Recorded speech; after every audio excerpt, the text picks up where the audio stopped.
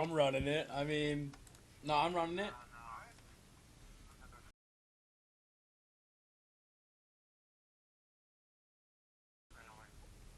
I'm running commando. I don't care.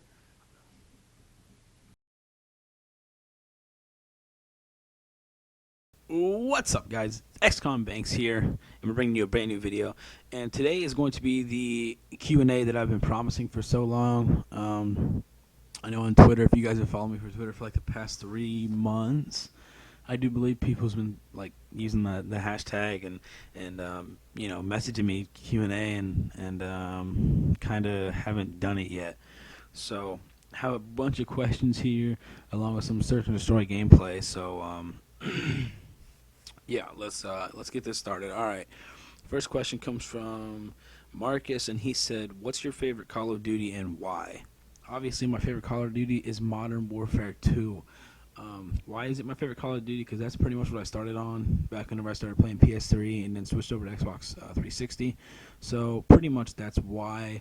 And to me, it's the one that I loved playing. The Intervention was the greatest gun ever. I mean, you can't quick scoping and boots on the ground. I mean, this is just the best Call of Duty hands down. So that's why. Um, Next question. If you could start over with YouTube, oh, this is by Paradox. They said, if you could start over with YouTube, what would you do differently? I definitely would have started earlier. Um, my goal was to do it like 4 years ago, and I never did it. So yeah, that'd definitely be my goal is to do it earlier. This one's interesting.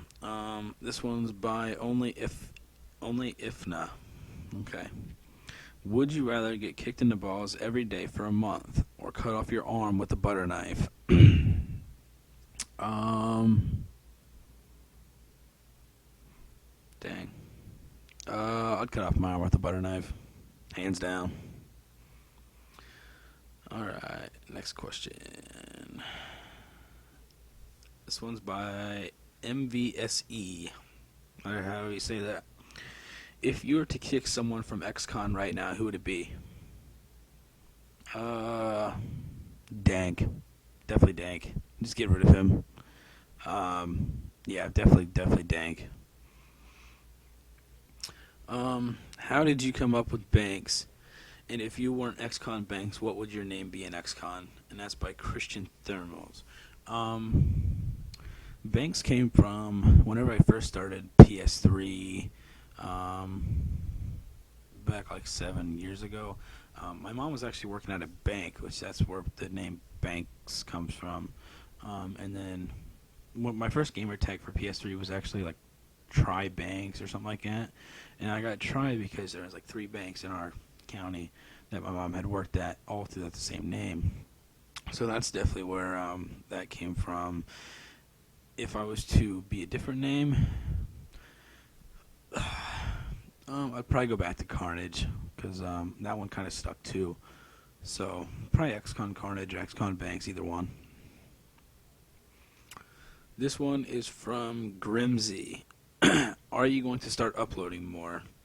Yes, that's the plan anyway. I've been trying to upload a lot more. I just haven't got the chance to because I've been slacking really bad, like ultra slacking. What is your favorite Call of Duty? We already answered that one. This one is from Roquise, I think. Roquise, yeah, that sounds right. Um, why are you so cool? I'm not. I mean, but thanks. Um, this one's from Love Over Lust. Interesting name here. Uh, how did you become so good at Call of Duty, and do you have anything that can help to improve someone's gameplay? Um, well, to be honest with you, I used to play like 12 hours a day. I'd imagine that's probably pretty low as far as the time. Um, I'd go to school. I'd get up. I'd go to school. I'd get off. I'd go to work. I worked at McDonald's. I'd get off work, and I'd just straight play Xbox. Straight play Xbox. I'd play till like 3 or 4 in the morning, and then I'd go to sleep at like 4, 5. Sometimes I'd stay up all night and I'd just go to school, but normally I went to bed at like 3 or 4, and then I'd wake up at 7, and then I'd go to school. So I mean, I just played consistently, and I think that's the thing that you know, I think can help is just be consistent. You know, like pick what you know what I mean. Like if you're a sniper, be a sniper. If you're like a guy who needs to rush and run all over the map, do that. You know what I mean. Like just do what you think is gonna fit you. Like don't just pick something because someone told you to do something, which isn't a very good thing, because this video I picked because Rancid told me to. But be consistent and pick stuff that fits you. This one's from XCon Surfy. What's up, Surfy? His question was, what drove you to keep this clan active all these years? What drove me to keep this clan active was knowing that we could get this clan to where it should have been years ago. Back in the day, we had clan battled some of the biggest clans that are playing right now. In the big leagues, we had played them on MW2. So to think that we could have been somewhere, I think we could have. And then stepping in, you're building your own brand, and a lot of people don't see that as building your brand, but I mean that's your, what I mean, like that's your name, and just to think that we could be building, we just got t-shirts made and just got everything else done, so that's something real special to me, is knowing that. And I got messages from so many people asking for XCon Clan t-shirts, and that's awesome. That's awesome. So but yeah, Sophie, that's probably what drove me to keep this clan active, was just thinking that we could do it, and giving everyone the opportunity that I always wanted, because I used to do GB and UMG a ton, and I always wanted to go to the events and go to all this stuff, and now I want to try to give them the opportunity to go to the events and get it done and make a name for ourselves. So